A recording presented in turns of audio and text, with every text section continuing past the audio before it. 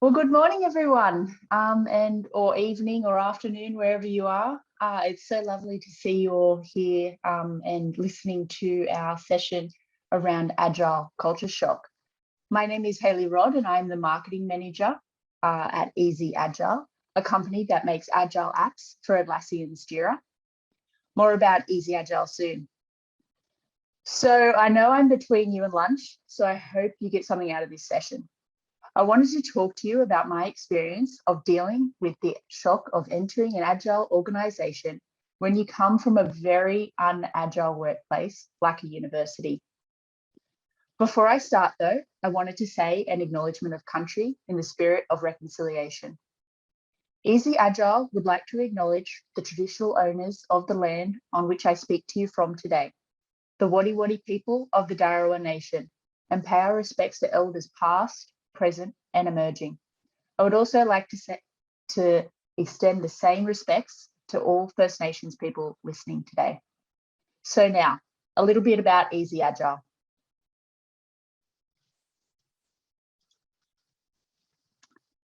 Easy Agile is a relatively new company, started by two Atlassian alumni in 2015, and is located here in Wollongong, Australia.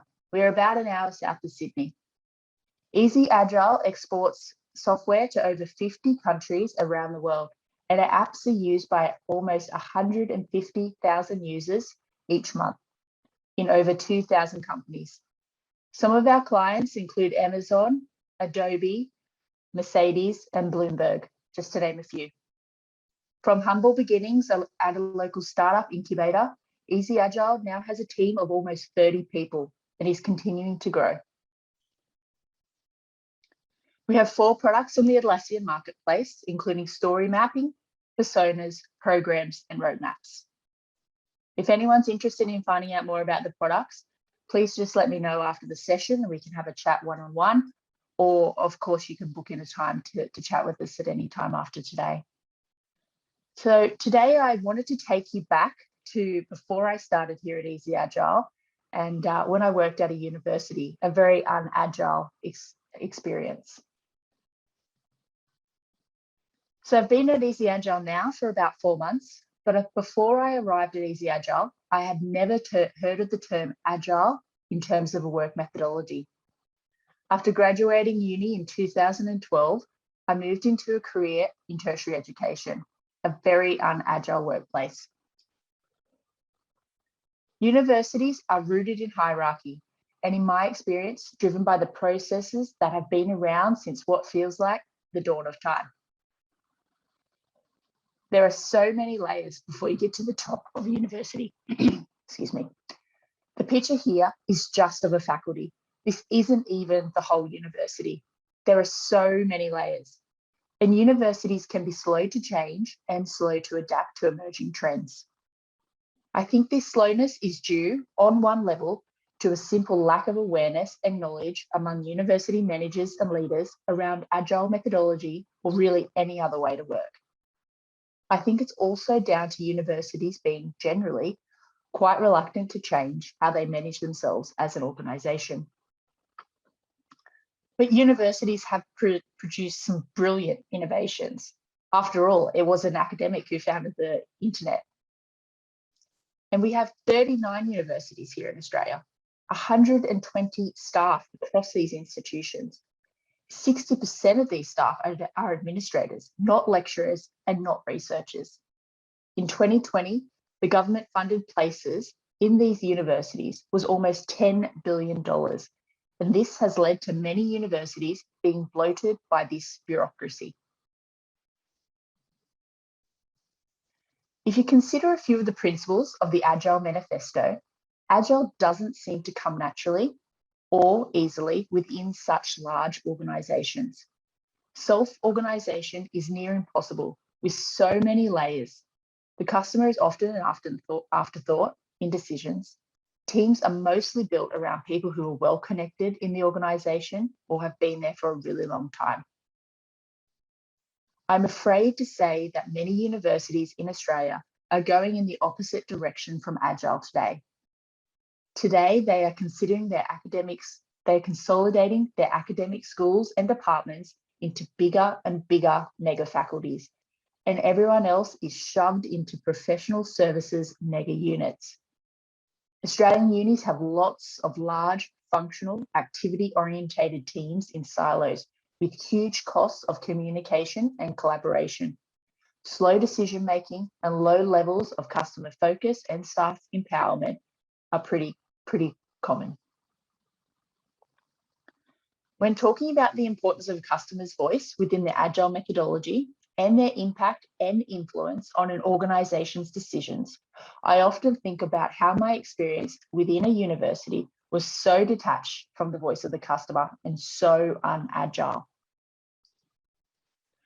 For example, in May last year, Australian universities started to feel the pinch of COVID-19. Our students were leaving and our campuses were becoming ghost towns.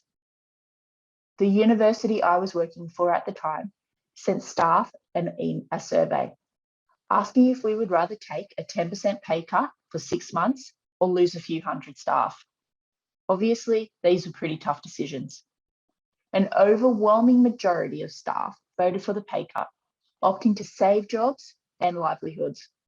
But this wasn't the answer the university wanted or expected.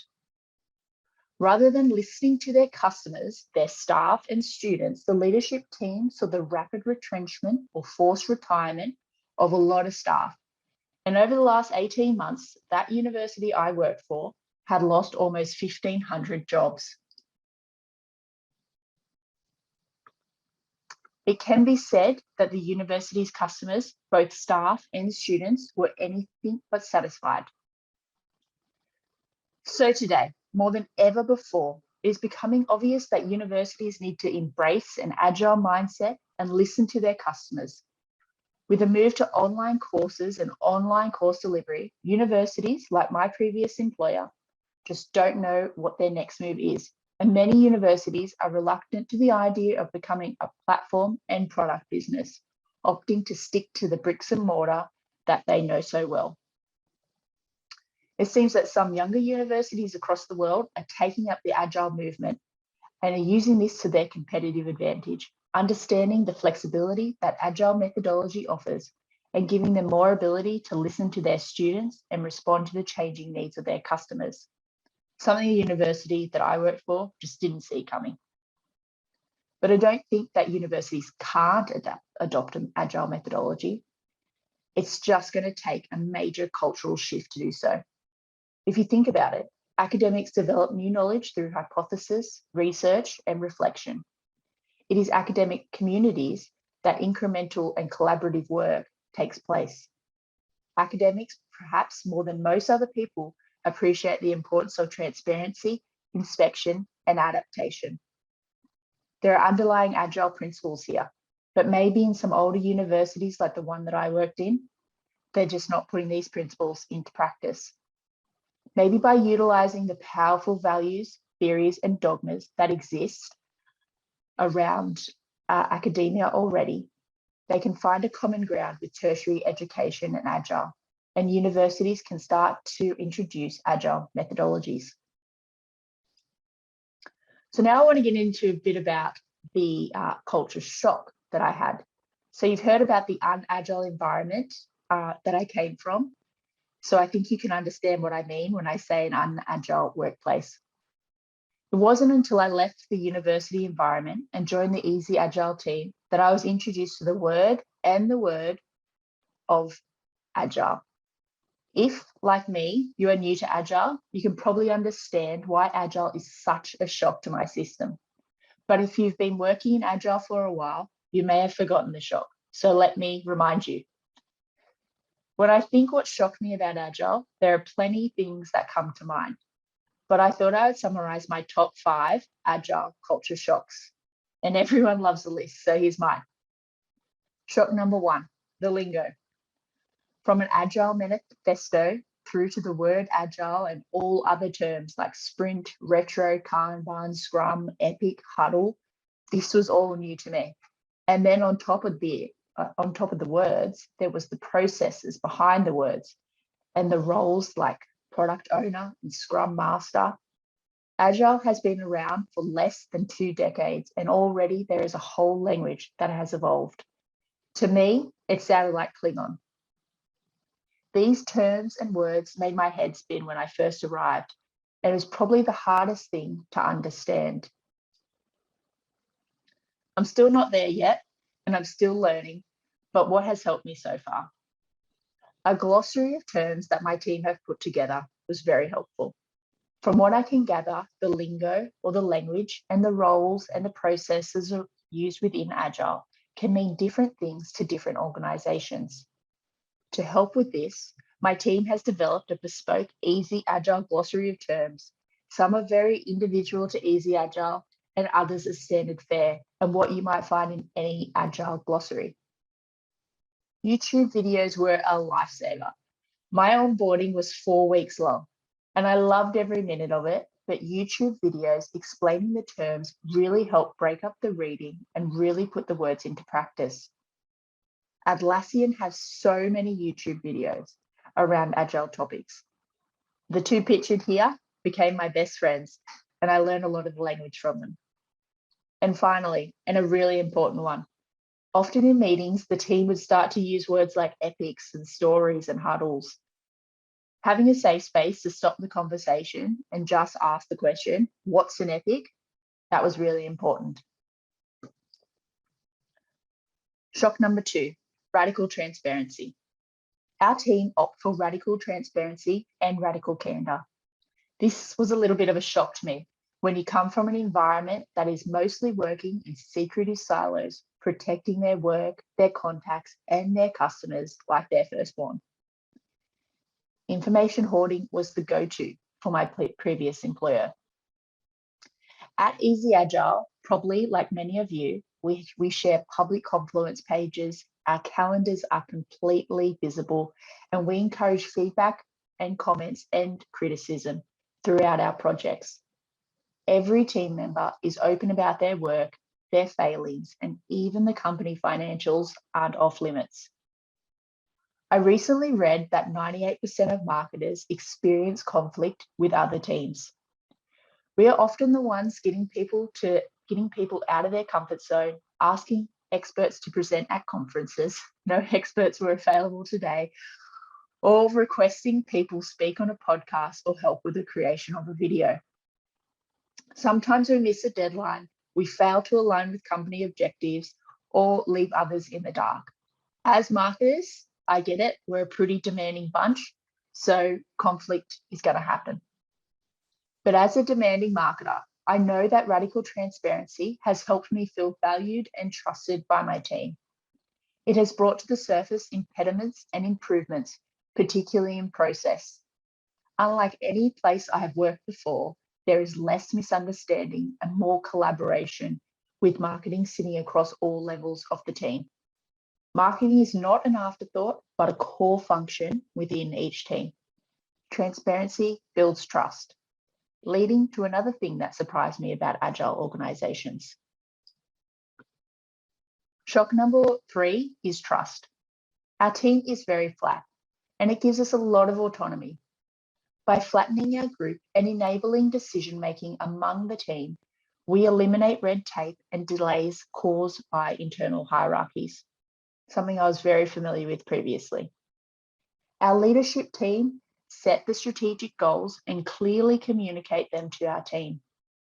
Our leaders model flexible behavior and empower each of the teams to adapt to change as needed without a lot of pre-approval. We are empowered in our day-to-day work to support this strategy and meet these goals. We class campaigns and new ideas as experiments, and this encourages us to take risks and make mistakes, all in the name of learning. For example, I recently ran a LinkedIn marketing campaign to drive applications for a few new roles that we were advertising. We didn't get a lot of applications, but we drove plenty of traffic to the website. We chalked this up to a great experiment and a learning opportunity for both me and the team.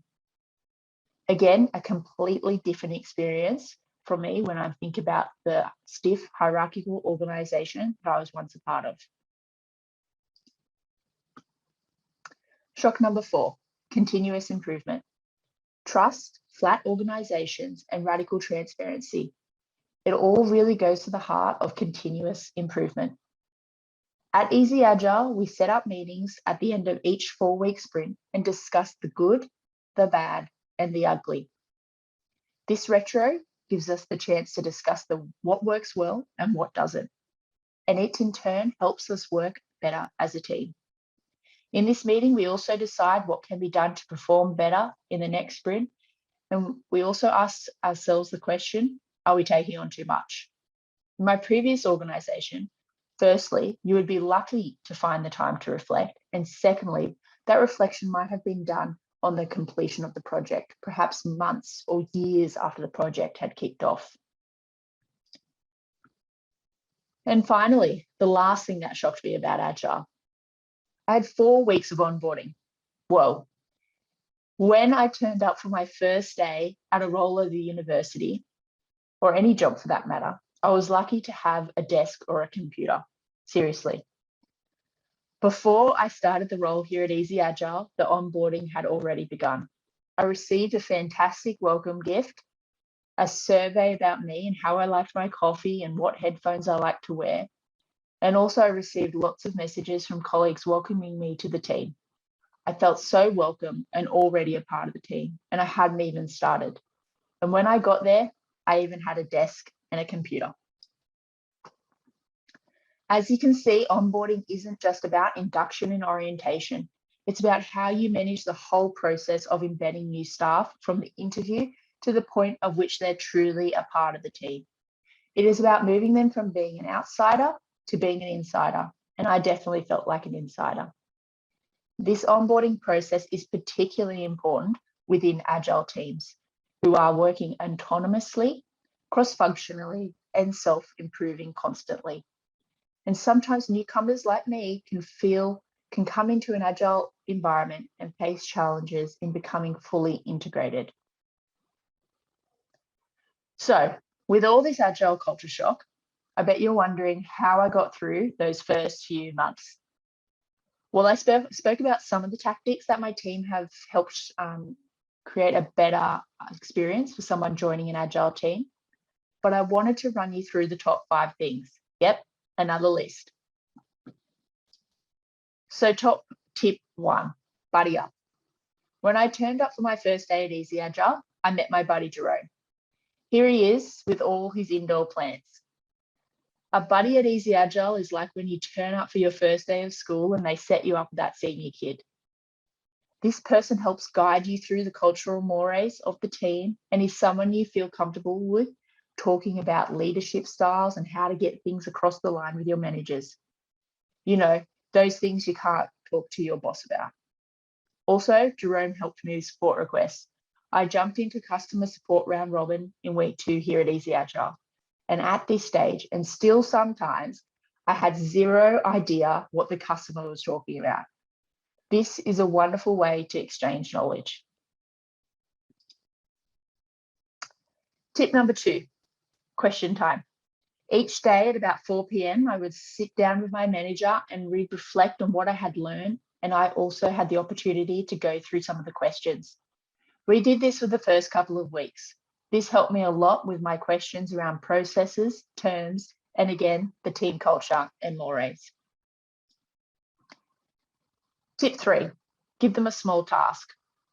When all you do is onboarding from 9 to 5 each day, you can start to feel pretty useless, especially when you are someone like me who gets a lot of satisfaction from feeling like a productive member of a team. Giving your newcomer a small task in the first few weeks gives them a sense of progress and satisfaction, and it also breaks up the day. So what was my small task? I wrote some applications for some local business awards for Easy Agile. And finally, I felt like I was contributing to the group. Just an FYI, we made it to the final for all 4 of the awards. Tip number 4, baptism by fire. In the first 2 months, I undertook almost 10 partner calls. This was really a baptism by fire. Partners asked me random questions about our products and our roadmaps and used the term Agile, the Agile terms liberally. I couldn't stop the conversation and say, what's Kanban again? So I learned really quickly. Yes, it was scary, but it was also good. I learned a lot. I started to feel confident pretty quickly. And most importantly, I established relationships with our partners, some of our biggest advocates. Top tip number 5, intro blogs are your friend. And finally, ask your new staff member to write an intro blog about themselves. Again, this is a small task that gave me a break from onboarding, but it also helped me feel connected to my team, start conversations, and also find commonalities between team members. I also got the opportunity to reflect on my career so far and think about how far I had come. It was a wonderful opportunity, and I would highly recommend it. And that's the story of how I beat Agile culture shock with my new team here at Easy Agile. So thanks to everyone for coming along. It was a real pleasure to talk with you today. I hope you got something out of the presentation and also learned a little bit about Easy Agile and of course myself. I also would like to encourage you to check out my colleagues' presentations today and tomorrow, how to delete your flat backlog for better customer focus, and also building the common ground for Agile cross-functional teams. Again, it's been a pleasure to speak with you. And if there are any questions, please feel free to pop them in the chat.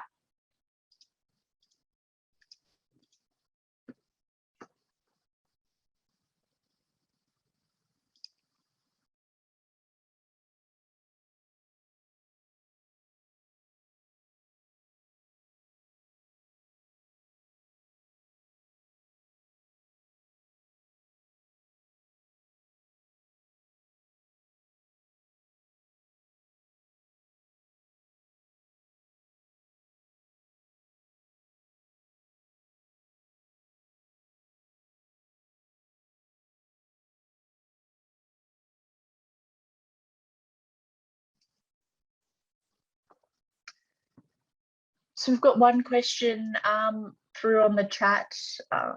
Do you think that you mentioned that people use the term Agile liberally. Do you think it loses its meaning and gets tougher for beginners to understand? I don't think it loses a lot of its meaning. I think that it probably gains more meaning the more that it gets used. It's not something that I guess is just written down and an afterthought, but actually something that we use in our daily language and can gain more meaning for the people in the team, and creates, I guess, agile thought processes is something that's really important to always have top of mind. So yeah, I think that it actually gains more meaning the more you use it and the more that the team feels comfortable with the terminology within the agile practices. It's definitely helped me feel more comfortable with the terms. There's another question too that I missed, sorry. Is this hierarchy model one of the reasons you think there is a higher cost of education? Yeah, probably. I guess that's a really good thought, and I hadn't thought of that before. But yeah, of course, I think that there's the higher cost of education here in Australia, and it is very costly. You've got to support all the staff that are sitting under that hierarchy. Some of the staff, the academics, are getting paid a lot. So yeah, that's probably why university education here in Australia is particularly expensive, especially for our international students coming to Australia. It's but also you are getting Australian universities do provide a very, very quality education. Another question, what are the tips for leaders hiring people in agile teams? I think that leaders looking to hire people in agile teams, I mean, luckily for me, the lack of experience in agile teams was not an impediment for me to get my job. So I guess, hiring around culture and values, and maybe not being too worried about agile experience for certain roles is something that I would definitely encourage leaders to think about, rather than hiring just on Agile experience, because as I said, I didn't have a lot of Agile experience or any before I came to Easy Agile. But, you know, 4 odd months in, feeling that, you know, I'm starting to get the hang of it. So, you know, as long as you're willing to, as a leader, give your staff the space to learn and to acquire these new skills and to give them the time to do that, I think that, you know, hiring on cultural fit and values is something that should probably be more top of mind. Of course, it's not always going to be the case for all roles. Sometimes Agile experience is really important in certain roles, but luckily for me as a marketing manager here at Easy Agile, it wasn't, I guess, such a heavy burden that the leaders had to look for someone with Agile experience. Agile burnout. I guess that having been working, that was a question coming through. The Agile burnout, I've not seen myself yet. I guess because here at Easy Agile, we have a set of values, and one of them is better with balance. So, you know, that really combats that Agile burnout trend that I have heard about. I can understand how Agile burnout can happen. I mean, you know, you're working in these cross-functional teams. There's a lot of movement. There's a lot of processes that may change because you're working in this continuous learning environment. So to always have, I guess, a moving set of goalposts that you're aiming for could lead to burnout. And of course, like continuous iteration of products, I assume that could lead to burnout. But, you know, luckily enough, I've not had that yet. And I think that Easy Agile have set up a great environment where, you know, you're encouraged to be more balanced, to ward off things like Agile burnout. So yeah, I think as, you know, as an organization, having a set of values, and as leaders, you know, displaying the balance that you want to see within your team is really important. You know, like our two CEOs, they knock off at 5 p.m.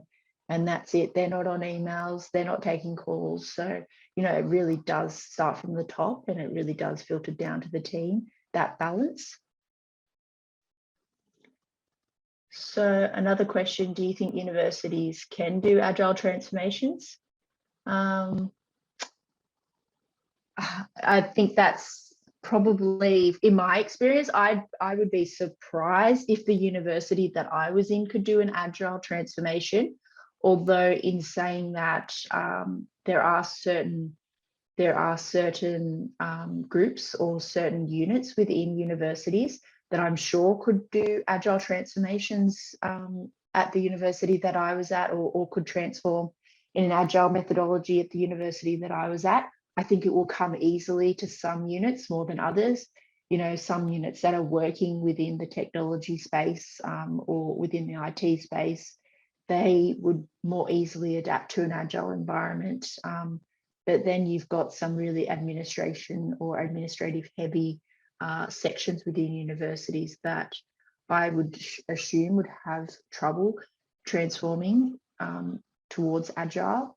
But in saying that, it kind of, you know, from some of the research I did prior to this presentation, it seems like if universities don't adopt Agile methodology, it will actually be to their detriment. They're just not responding to the needs of their customers and to their students and staff as quickly as they need to be, because they're, I guess, stuck in this bricks and mortar. They're stuck in how we did things for the last, you know, 50 odd years. So I think that, I think that universities will actually just eventually here in Australia be pushed to transform. And we'll see more Agile methodologies roll out across universities here in Australia. Okay, well, I think that might be it for the questions. So again, thanks so much. And yes, please reach out if there's any questions after the session, or if you'd like to put together a one-on-one during JiraCon. Thank you.